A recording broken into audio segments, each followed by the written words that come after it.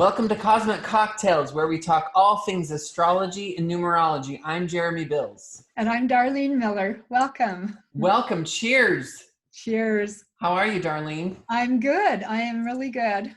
Good. How are you doing, Jay? I'm doing really good. So I thought it would be appropriate if we celebrate the end of Prohibition, happy anniversary of Prohibition, with a Prohibition cocktail. Yes. And I was researching the other day, and a lot of Prohibition cocktails were 2 shots of your favorite liquor. I've got gin and also a shot of fruit juice, and I used a shot of orange juice, and I garnished it with cherries. So cheers. Cheers to you. That's our cocktail of the week. That is our cocktail. So what we're gonna talk about eclipses today. Eclipses are amazing. Happy eclipse. We just celebrated one. Yes. A couple of days ago, lunar eclipse. Yeah. Yep. Sun in Gemini and moon in Sagittarius. Yeah, it was at 15 degrees Sagittarius. So what I like to tell a lot of my friends and clients is take a look at your natal chart and find out where the degree of the eclipse is. And that's the area where it lights up your chart. Yes. In my chart, it lit up my first house. It was within 2 degrees of my ascendant sign, which is my rising sign, Sagittarius, and also my Neptune. It was within 2 degrees of my Neptune. So it lit up both of them. Yeah. Where did it hit in your chart? It lit up my sun sign in Sagittarius, and Awesome. then it lit up my house of career. So. Awesome. Those are really good things. I think what I love about lunar eclipses is it always happens on a full moon, and the full moon is releasing. It's what you want to it's your offering to the universe. It's what you're ready to let go of, ready to sacrifice. Yeah, and eclipses are very interesting because they really are a chance to cross over a threshold. And depending on if it's a solar or a lunar eclipse, it's a little bit different as to what you're letting go of, what you're shedding, and what you're opening up to. With the lunar eclipse, we let go of emotional burdens, things that are blocking us or that are standing in our way or that we're just ready to shed.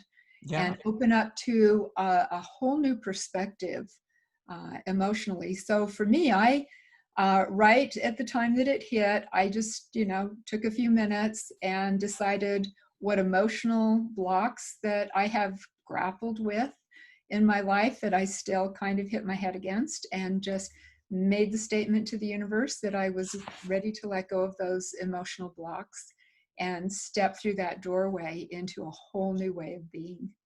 That's awesome. Nice. It was really nice. Yeah. That's awesome. I had a really interesting experience too. I was right at the moment of, I'm a hairstylist, and I reopened my salon this week, which is what you're supposed to do during all of these retrogrades. It's revisiting. It's anything that with the prefix RE for all of these retrogrades that we're going through. And I had an interesting conversation with my mother. So it was an interesting conversation that I didn't think would happen. That kind of we were able to turn another corner, which was really, really interesting. That's the other thing about eclipses is even though in astrology you can look at what house it's lighting up and what planets it's invigorating, but you never know exactly what the eclipse is going to do. And a lot of times the eclipse energy is really unexpected.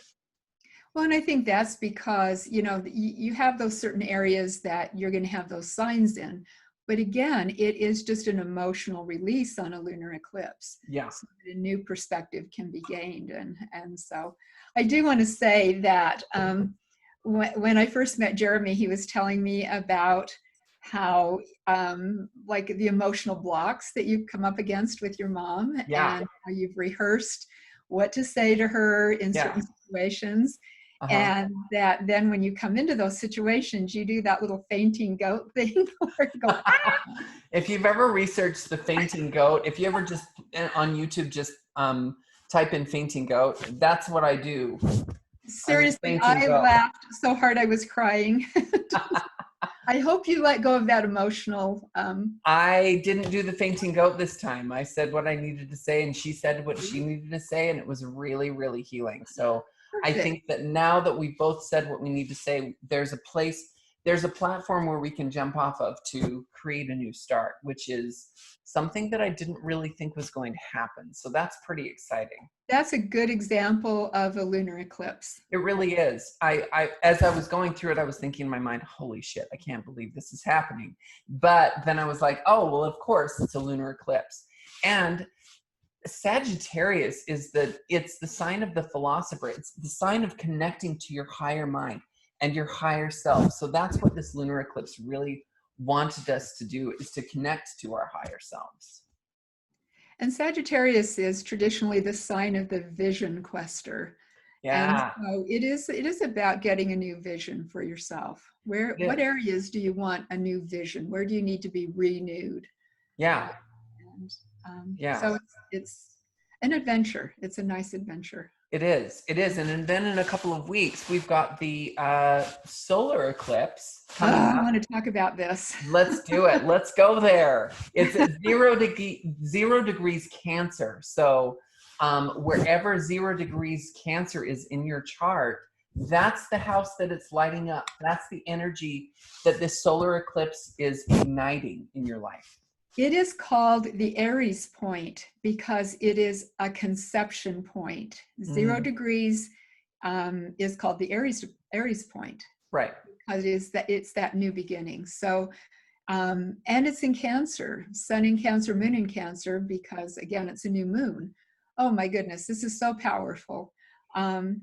So this is literally a conception point for a new paradigm, really, to begin to filter in, that we are, using Cancerian energies of being more nurturing, more empathetic, more loving, more kind, like the positive qualities of the mother energy, not the negative ones. We all have negative, mother stuff, Right. as well. But these are the really, positive qualities that we can begin to show forth. It is a seed that is being planted, Right.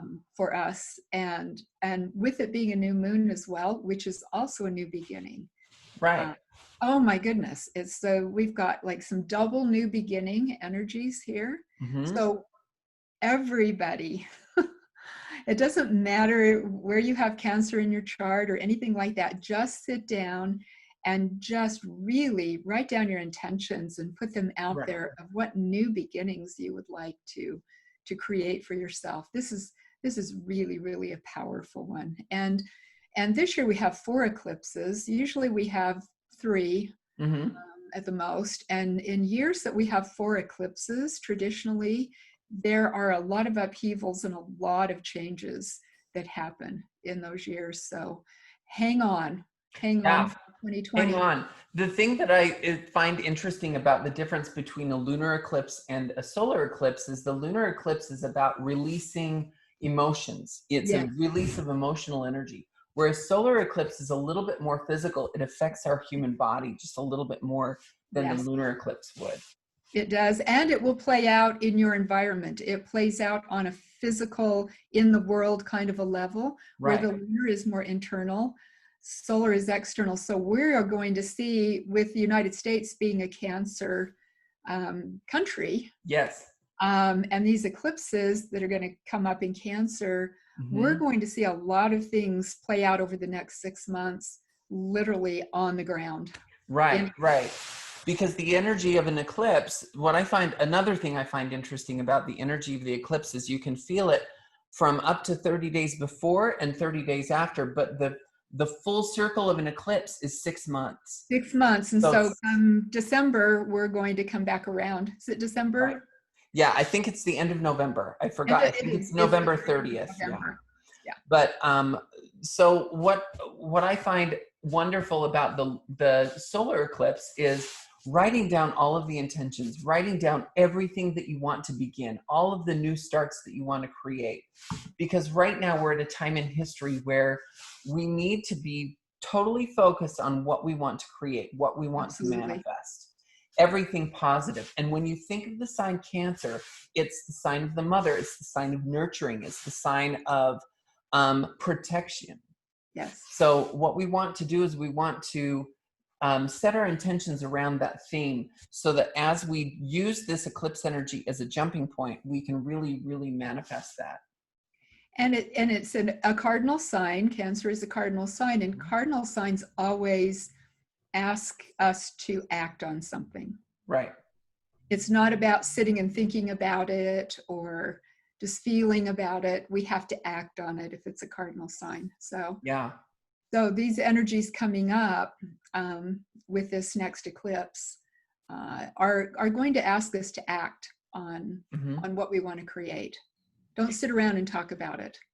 Right. The eclipse are an initiation. The solar eclipse is initiation. They initiate that, and that's why I bring up what house your Cancer is in, because that's the area in life that it's going to initiate. For me, it's happening in my 8th house. Sorry, my 7th house of partnerships and marriage. So there's an initiation in that area of my life. How about you? Where is 0 degrees? My 11th house is 0 degrees Cancer. Awesome. So 11th house is exactly 0 degrees Cancer. That is awesome. So the 11th house is friends, groups, goals, visions, dreams. Hopes, wishes, dreams. Yeah. And I have Uranus in Cancer in my 11th house. So it's hitting that as well. So it's one of those things where you need to plan a party. I know. A social distancing party. I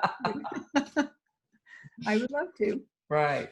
Yeah. So I'm looking forward to, starting to just really manifest the next level of hopes and wishes and dreams and higher values and friendships. And it's the friendships with people that you really share your values with. Right. Not just acquaintances. These are real friends. So exactly. Well, if you are interested in finding out in your chart where the eclipses are hitting you and your natal energy, go to www.createwithj.com or find me on Facebook, Create with J, or on Instagram at Create with J. And where can we find you, Darlene? I'm at darlenemiller2012@gmail.com. Awesome. Cheers to eclipse season. Cheers to it is eclipse season. Awesome. Thank you. Thank you all. Next time.